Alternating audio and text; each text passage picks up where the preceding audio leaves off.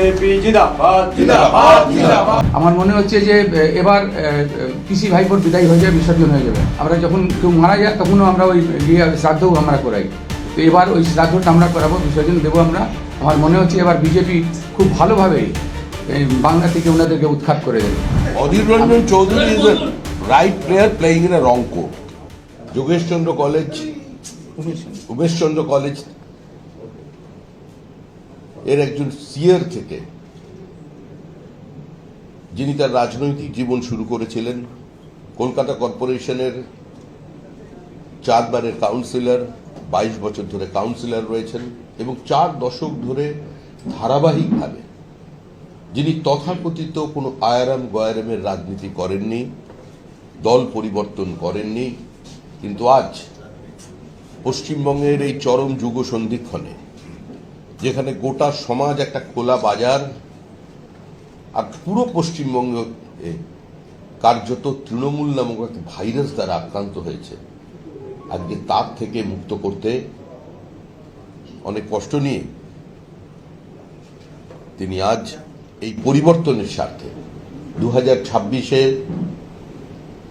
তৃণমূল কংগ্রেসের বিসর্জনের স্বার্থে আজকে তিনি আমাদের দলে সামিল হচ্ছেন। সন্তোষ পাঠককে প্রত্যেকেই চেনেন। কলকাতায় যারা রাজনীতি করেন, কলকাতার কংগ্রেসের সঙ্গে যার নাম কার্যত সমার্থক, যাকে নতুন করে সংবাদ মাধ্যমের সামনে পরিচিত করিয়ে দিতে হয় না, তিনি আজকে আনুষ্ঠানিকভাবে আমাদের দলে যোগদান করছেন। ত্রিপুরার প্রাক্তন মুখ্যমন্ত্রী, সাংসদ শ্রী বিপ্লব দেব এবং আমাদের আপনাদের কাছে অত্যন্ত পরিচিত, তাকেও পরিচিত করিয়ে দেবার কোনো প্রয়োজন নেই সংবাদ মাধ্যমে, শ্রী অমিত মালবিয়া, আমাদের সাধারণ সম্পাদক শ্রীমতী লকেট চ্যাটার্জি, তার উপস্থিতিতে তার হাতে দলীয় পতাকা তুলে দেব। তারপরে ব্যক্তিগতভাবে আপনাদের সাংবাদিকদের যদি কোনো প্রশ্ন থাকে সরাসরি আপনারা ওনাকে প্রশ্ন করবেন। যে পিসি ভাইপোর যে সরকার এখানে চলছে আপনারা জানেন, গত নির্বাচনে আপনারা জানেন 21-এ নির্বাচনে আমি যেখানে ইলেকশন লড়ি 45 ওয়ার্ড, সেখানে 5 জন IPS অফিসার আর খুব কমলে 10,000 লোক। সেদিন আমার ওই সিটটা নেওয়ার জন্য আমি একাই কাউন্সিলর জিতি, কিন্তু ওই সিটটা নেওয়ার জন্য মহামহিম মুখ্যমন্ত্রী উনি সব করলেন। ওখানে পুলিশ দেখছি, আমি একটা ঘরে গিয়ে দেখছি পুলিশ ভোট মারছে। আমি যখন ওকে গিয়ে আটকালাম, দুটো হাত এরম বন্ধ করে পুলিশ চোখ দেখাতে চাইছে না, ওখান থেকে পালালো। তো এরম সেদিন করলো। তো ওদের তো শুধু যে কোনোভাবে ওরা চাইছে না এখানে বিরোধী দল কেউ থাকে। তারপরে এখন সুযোগ খুব ভালো যে মোদিজির নেতৃত্বে আমার মনে হচ্ছে যে এবার পিসি ভাইপোর বিদায় হয়ে যাবে, বিসর্জন হয়ে যাবে। আমি ব্রাহ্মণ লোক, আমরা শাদী বিবাহ করাই, আর আমরা যখন কেউ মারা যায় তখনও আমরা ওই গিয়ে শ্রাদ্ধও আমরা করাই। তো এবার ওই শ্রাদ্ধটা আমরা করাবো, বিসর্জন দেবো আমরা। আমার মনে হচ্ছে এবার বিজেপি খুব ভালোভাবেই বাংলা থেকে ওনাদেরকে উৎখাত করে দেবেন। তৃণমূলকে উৎখাত করতে কংগ্রেস পারতো না বলে আপনার মনে হচ্ছে, বা পারবে না? নিশ্চয়ই এটা যদি কংগ্রেস পারলো না, কেন আমি 8 বার আমি ইলেকশন লড়লাম, 8 টাইমস। আমি অধীর দাস যখন 14তে ছিলেন, আমি তখন প্রথম ক্যান্ডিডেট হই MLA। সেখানে MLA MP সব রাস্তায় ওরা ঢুকতেই দিচ্ছে না ওখানে। ইকবাল আর ওই ওনার যে দাদা ছিল 62, আপনারা জানেন নিশ্চয়ই, ওই ঝামেলা হয়েছিল, অনেক মারামারি হলো সেদিন ওখানে।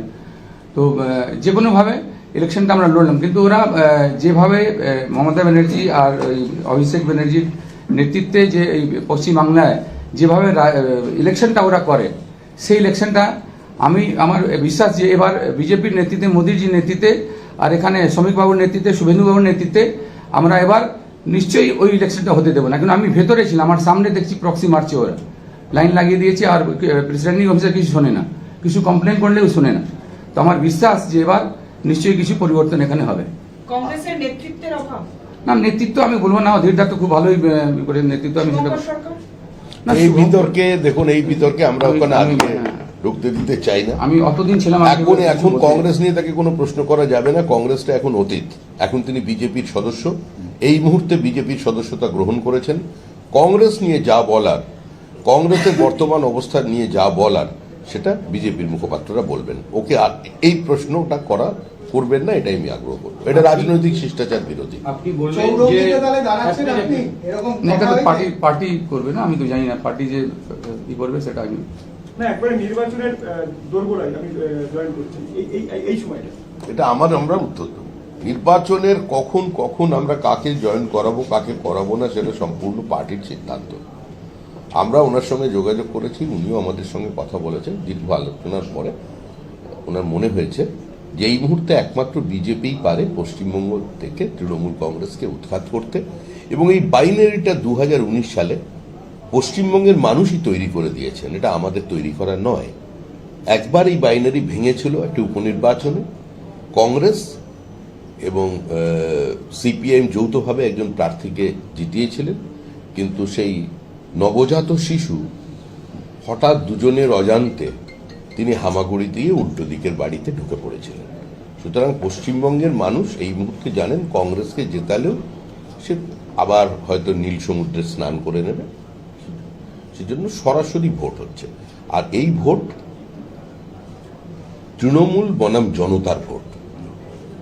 এই ভোট শুধুমাত্র বিজেপি বনাম তৃণমূল কংগ্রেসের নয়, পশ্চিমবঙ্গের সাধারণ মানুষ, পশ্চিমবঙ্গের শিক্ষিত যুবক যুবতী যাদের মেধা প্রতারিত হয়েছে, পশ্চিমবঙ্গের অসংগঠিত শ্রমিক, পশ্চিমবঙ্গের ভূমিহীন কৃষক যাদের বর্গা কেড়ে নেওয়া হয়েছে, আলু চাষিদের যাদের আজকে আত্মহত্যা করতে হচ্ছে, যে চাষিদের অবস্থা আজকে করুন, পেঁয়াজ চাষি থেকে শুরু করে, এবং বৃহৎ শিল্প না আসার কারণে নতুন বড় কর্মসংস্থানের সুযোগ তৈরি হচ্ছে না, আজকে তাদের সঙ্গে তৃণমূল কংগ্রেসের লড়াই।